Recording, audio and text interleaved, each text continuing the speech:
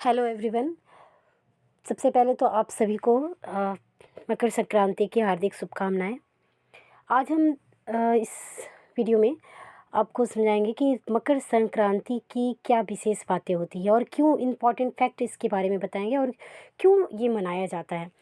तो सबसे पहले देखते हैं कि आपको मकर संक्रांति क्यों मनाया जाता है। ठीक है, इस दिन मकर संक्रांति के दिन ही सूर्य जो है एक राशि से होकर दूसरी राशि में प्रवेश करता है। मतलब उसका डायरेक्शन जो है उसका वो चेंज हो जाता है, जैसे वो पूरब से उत्तर दिशा की ओर मुड़ जाता है। तो ये जो होता है ना, ये इसी दिन होता है, इसलिए इस दिन को मकर संक्रांति, मकर मतलब मकर राशि में मिला और संक्रांति मतलब मिलन, तो इसलिए ये मकर संक्रांति का त्यौहार इस दिन मनाया जाता है। मकर संक्रांति इसका नाम भी इसीलिए पड़ा। दूसरी महत्वपूर्ण बात है कि हर साल 14 जनवरी को ही मकर संक्रांति क्यों मनाया जाता है, क्योंकि बाकी जितने भी फेस्टिवल हैं वो एवरी ईयर आपको उसका डेट बदल जाता है, एक दो दिन आगे पीछे ही पड़ता है, एकदम फैक्ट आपको परफेक्ट एक ही डेट पे नहीं पड़ता है। बट मकर संक्रांति जो है एक ही दिन ये सालों से चलता आ रहा। इसकी भी एक वजह है। यही त्यौहार ऐसा है जो कि साल में एक ही तारीख को मनाया जाता है, क्योंकि क्या होता है कि सोलर कैलेंडर को फॉलो करता है। ये जो है सोलर कैलेंडर को फॉलो करता है।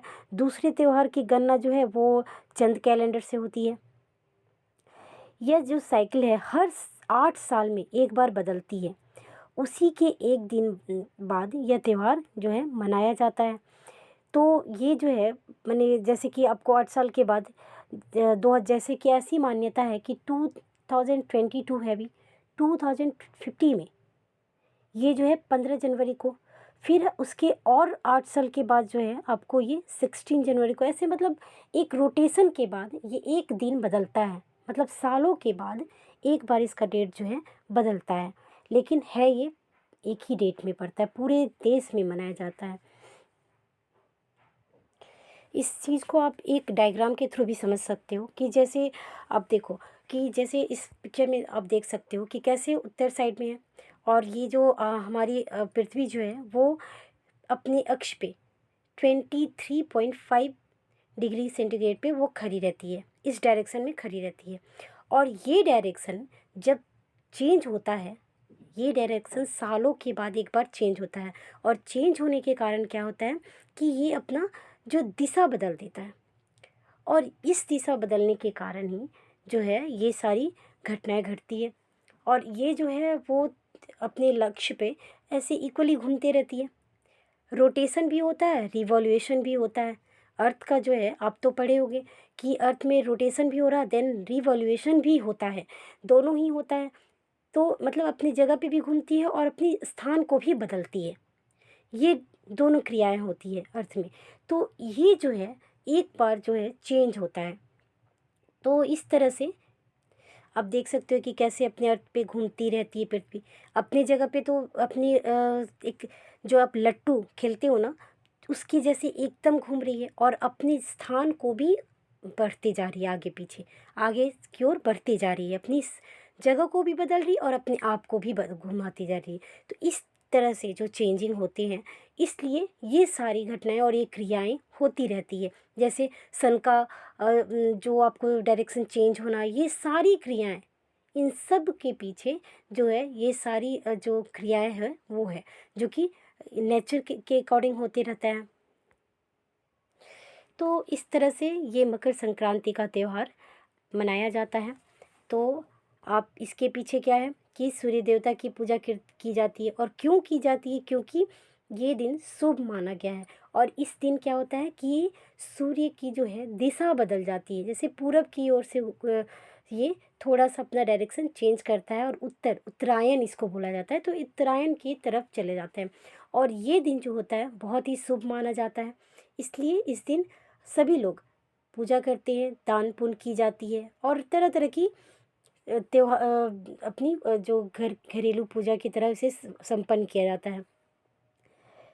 और सभी तो बड़ी ही धूमधाम से इस दिन पतंगबाजी भी का भी बहुत ही आयोजन होता है। सभी जगह पतंगबाजी का जो है अ, एक तरह से खेल है वो खेला जाता है। इसी के साथ आपको ये बताते सूर्य के मतलब शुभ 15 जो 12 जो है नाम है वो क्या क्या है, जिसे कि बहुत ही शुभ नाम है और उसे कैसे क्या नाम उनका बोला जाता है। ऐसे तो आप जो है पर्यायवाची शब्द के अनुसार पढ़े ही हो, बट इसमें जो है आपको 12 वे नाम बताए जा रहे हैं जो बहुत ही पूजे पाठ में यूज़ होते हैं, पूजा के लिए बोला जाता। तो ये है, ये तो मंथ है आपका। तो ये जो मंथ है तो आपको कब आता है आपका मकर संक्रांति, तो ये जो है माघ में आता है आपका। ये है सूर्य के 12 नीम। ओम मित्राय, देखो मित्राय रवये सूर्याय भानवे खगय पुष्णे हिरण्य गर्भाय मारीचाय आदित्याय सावित्रे आकार्य भास्कराय। तो ये जो है सन के जो है 12 नियम है। ऐसा माना जाता है कि मकर संक्रांति के दिन ही महाभारत के जो विभीषण भीष्म थे, भीष्म पितामह, इन्होंने जो 18 दिनों तक महाभारत की युद्ध शुरू हुई थी, तो ये बीच में ही इन्हें बाणों से मार दिया गया था। लेकिन इनकी जो इन्हें जो एक वरदान मिला था कि इनकी इच्छा मृत्यु थी, कि ये जब चाहेंगे तभी मर सकते हैं, चाहे इन्हें कितना भी तकलीफ़ हो, चोट लगे, चाहे कुछ भी हो, युद्ध में कुछ भी कर लो, लेकिन इनकी जो मृत्यु है इनकी अपनी इच्छा के अनुसार ही होगी।